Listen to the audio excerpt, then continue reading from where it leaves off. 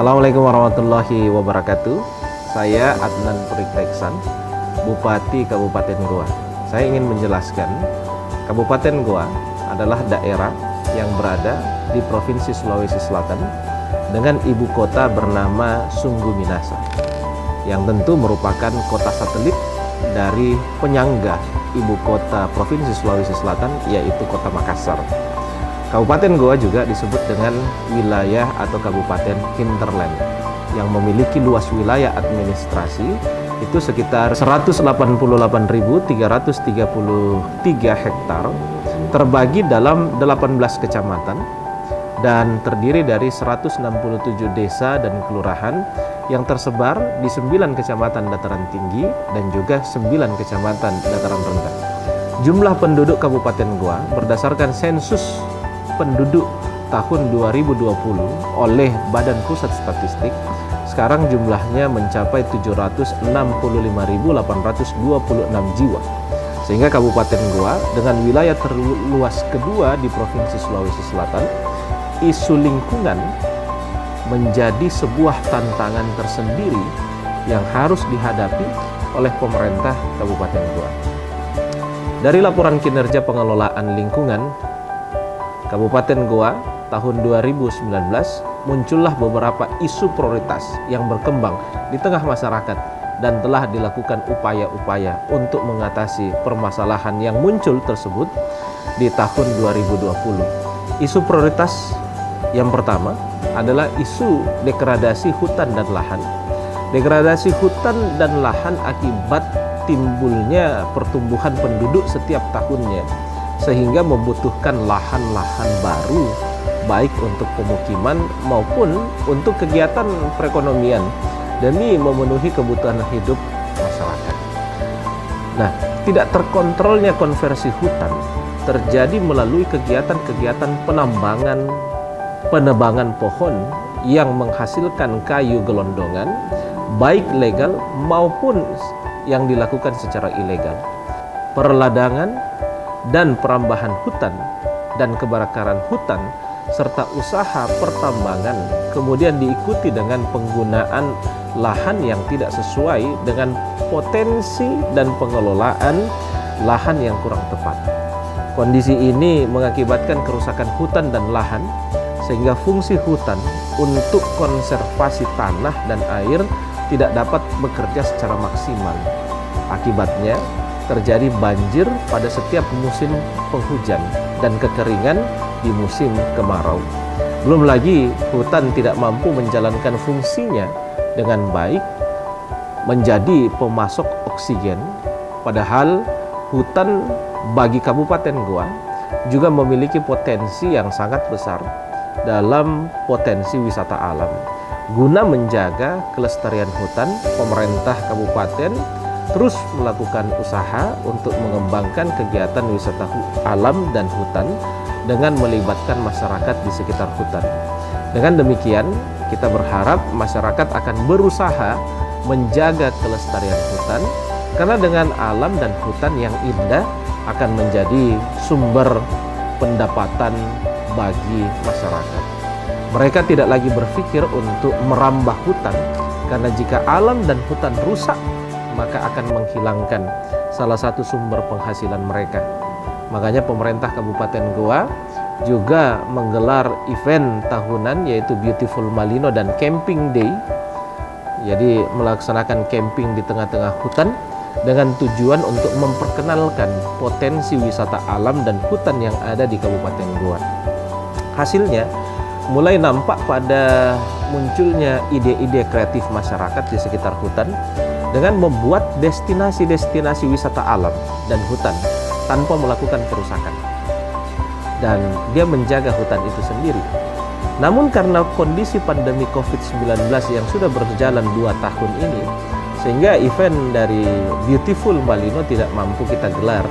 Namun upaya untuk memperkenalkan wisata alam Kabupaten Goa terus kita lakukan, itu melalui media online dengan tag lainnya yaitu Ayo ke Goa, guna mengembalikan lahan-lahan rusak pemerintah Kabupaten Goa juga melakukan penanaman vetiver secara massal dan serentak di seluruh wilayah Kabupaten Goa pada lahan-lahan yang kritis dan juga lahan-lahan yang kemiringannya di atas 45, itu untuk bisa mencegah dan mengurangi degradasi hutan dan juga mencegah longsor.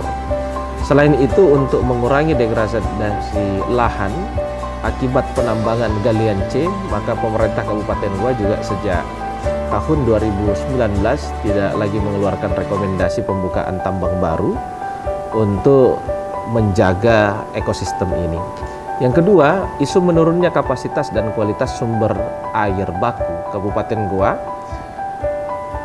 adalah penyuplai air bagi kabupaten lain yang ada di sekitar, baik untuk irigasi maupun sumber air baku untuk air minum. Penurunan kapasitas dan kualitas sumber air baku ini terutama oleh Sungai Jeknek Berang itu tiada lain karena disebabkan aktivitas manusia sepanjang das Jeknek Berang seperti pertanian, perkebunan, pertambangan, dan tentu saja driving force utamanya adalah pertumbuhan penduduk. Untuk mengendalikan penurunan kapasitas dan kualitas air baku terutama pada Sungai Jeknek Berang, maka pemerintah Kabupaten Goa melakukan beberapa upaya, antara lain yang pertama, program perlindungan mata air bertujuan untuk mendorong peran serta para pihak untuk meningkatkan upaya perlindungan mata air dan mengurangi tekanan kerusakan kawasan resapannya dan beban pencemaran di mata air. Danau Tanra Lili yang merupakan titik nol dari Sungai Jeknek Berang saat ini telah menjadi salah satu objek wisata alam. Nah, untuk menjaga kelestarian dari Danau Tanra Lili tersebut, kami telah melakukan peninjauan langsung ke Danau Tanra Lili yang kita rangkaikan dengan acara Camping Day. Itu sekaligus gencar melakukan edukasi kepada para pecinta alam agar tidak mencemari dan juga tidak merusak Danau Tanra Lili. Selain itu, dengan menggandeng para pihak swasta untuk melakukan penanaman pohon di Danau Tanra Lili dan sepanjang sempadan Sungai Jeknek Berang, dan dilakukan secara bertahap setiap tahunnya dan masih terus berlanjut hingga saat ini. Dengan demikian, Gunung Bawah Karaing yang rentan dengan kebakaran hutan terus dilakukan penanaman kembali oleh berbagai komunitas pecinta alam dengan support dari pemerintah Kabupaten Goa. Upaya rutin lainnya kita lakukan dengan melakukan kegiatan bersih sungai dan pengangkatan enceng gondok yang ada di Sungai Jeknek Berang. Yang ketiga, isu bertambahnya volume sampah. Volume sampah tentu saja akan bertambah sesuai dengan pertambahan jumlah penduduk. Ini pasti berbanding lurus, dan dampaknya yang paling terasa di Kabupaten Goa adalah adanya beberapa pemukiman di kota Sungguh Minasa yang terkesan kumuh dan pengelolaan sampah yang belum maksimal karena baru 74%. Selain itu, drainase menjadi kurang lancar karena ada beberapa titik drainase yang tersumbat akibat tumpukan sampah dan mengakibatkan luapan air dari drainase sehingga terjadi genangan air di beberapa titik. Untuk menangani masalah ini, kita melakukan upaya untuk mengurangi sampah dari sumbernya, yaitu dari rumah tangga dengan melakukan upaya pemilahan sampah melalui bank sampah. Dan ini saya sudah mempertegas dengan surat edaran Bupati Goa nomor 188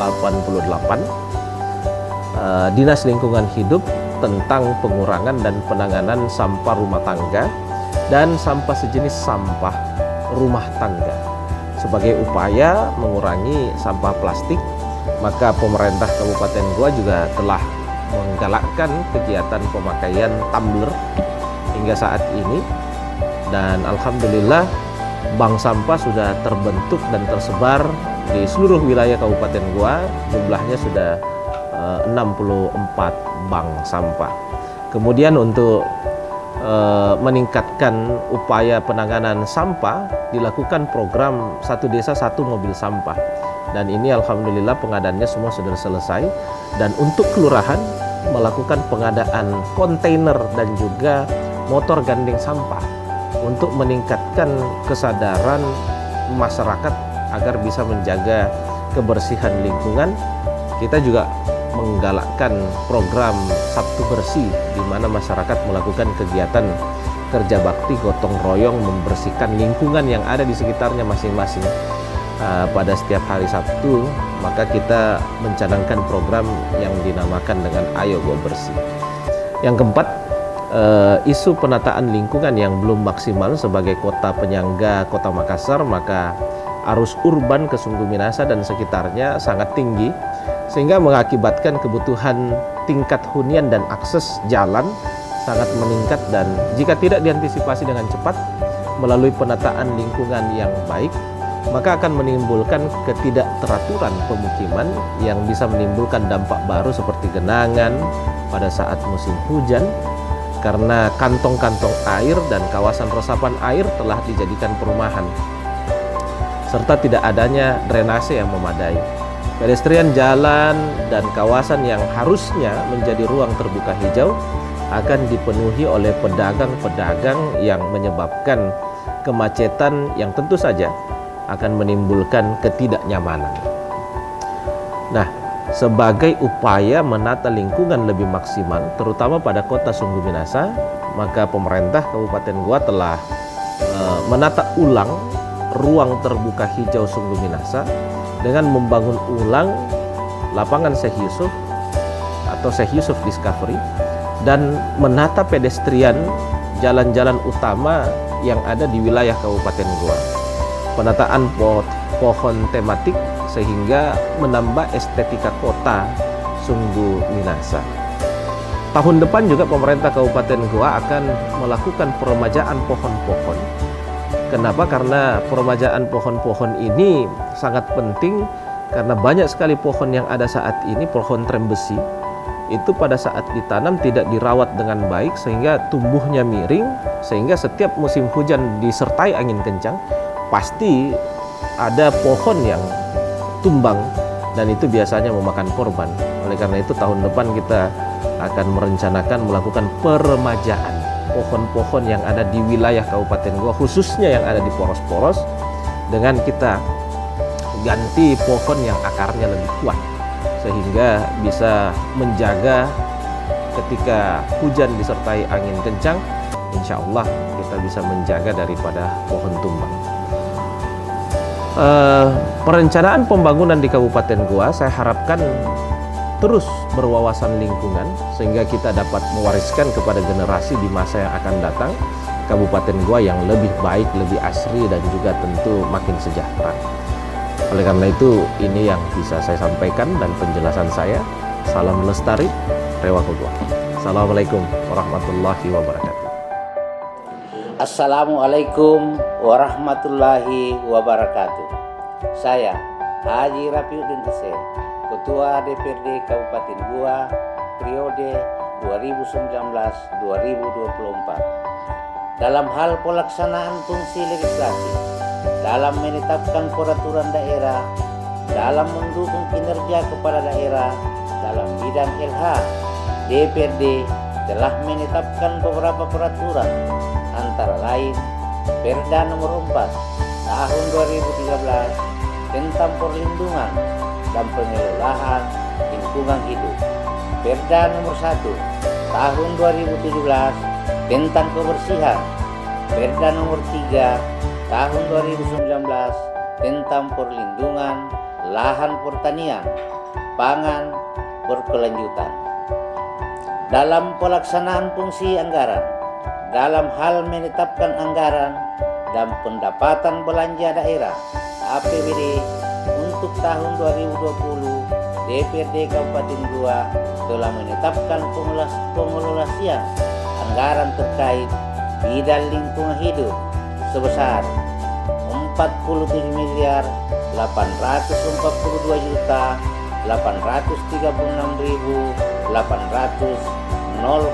sen, dan terjadi peningkatan di tahun sebelumnya 2019 sebesar 46.410.478.312, yang termuat dalam berbagai kegiatan pengelolaan persampahan di Dinas Lingkungan Hidup, pembuatan embun pada Dinas Tanaman Pangan dan Hortikultura, juga Dinas Perkebunan dan Peternakan, pembuatan IPAL, komunal, TPS 3R, rehabilitasi sungai, danau, kanal, penataan RTH, dan pelistrian pada Dinas PUPR. Dalam pelaksanaan fungsi pengawasan yang dilakukan oleh DPRD Kabupaten Goa yang meliputi pelaksanaan perda, pelaksanaan ketentuan perundang-undangan yang terkait dengan penyelenggaraan pemerintahan daerah, dan pelaksanaan tindak lanjut hasil pemeriksaan laporan keuangan. Secara umum, DPRD Kabupaten Goa berpendapat bahwa indikator capaian kinerja pemerintah daerah tahun anggaran 2020 terhadap penyelenggaraan pemerintah, baik urusan wajib maupun urusan pilihan, sebagian besar sudah memenuhi target. Misalnya, dari segi belanja daerah, dari proyeksi belanja pada tahun 2020 yang dianggarkan sebesar 1.989.507,36 sampai dengan akhir tahun anggaran 2012 telah direalisasikan sebesar 1.890.1,18